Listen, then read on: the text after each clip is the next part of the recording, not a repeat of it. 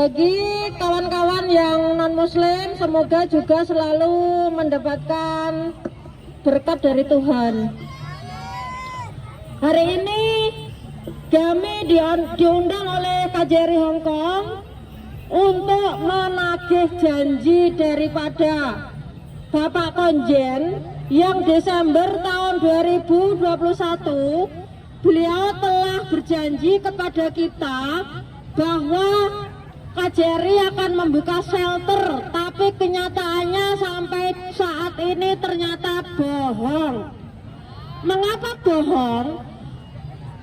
Selama ini kawan-kawan yang punya kasus sama majikan, sama agensi, dan juga sama pihak-pihak yang lain, ketika BMI menuntut majikannya ke lebar departemen dan tidak punya tempat tinggal, malah yang menampung adalah shelter beton house salah satunya, ya. Tapi KJRI Hong Kong sendiri tidak menerima kawan-kawan yang punya masalah.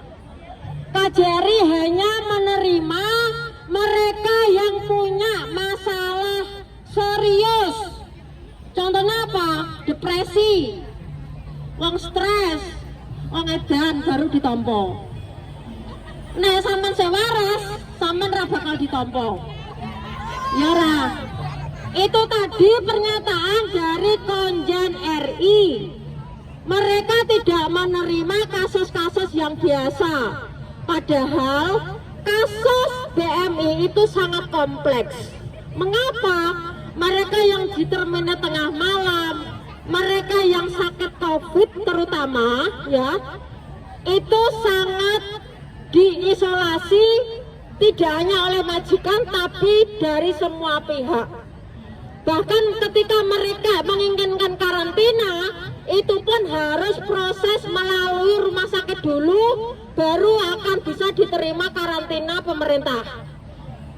Itu yang pertama. Yang kedua adalah selama ini kita dianggap sebagai penyebar virus atau istilahnya stigmatisasi.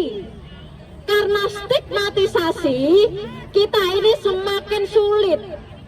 Kita ini semakin susah untuk menerima perlindungan. Mengapa? Kowe penyebar virus, aku wegah cedak awakmu, ya pora. Tapi kenyataannya konsulat sendiri juga melakukan seperti itu. Awakmu waras, awakmu rak tak tompo. Kecuali lah awakmu depresi, gila, kamu baru kita tangani, kamu bisa baru tinggal di shelter KJRI. Pertanyaannya, apakah menunggu kita gila dulu baru bisa diterima, ya pernah? Kan padahal seperti itu, ya. Maaf saya pakai bahasa gado-gado ya, jadi Mami Vincent yang dari NTT mungkin nggak paham, nanti bisa translate oleh sumber ya. Jadi sekali lagi, selama ini kita hanya menerima janji-janji palsu, tidak pernah merealisasikan ketika membuka shelter. Di sisi lain, kemarin saya tanya ke Ustadz Muhaimin, saya butuh shelter Pak. Ternyata shelter Islamic Union ditutup. Terus solusinya kemana? Ke Al-Istiqomah, tanya. Ternyata Istiqomah juga ditutup. Tanya ke Al-Fadilah, Al-Fadilah ternyata juga sudah ditutup lama sekali, bahkan sebelum pandemi.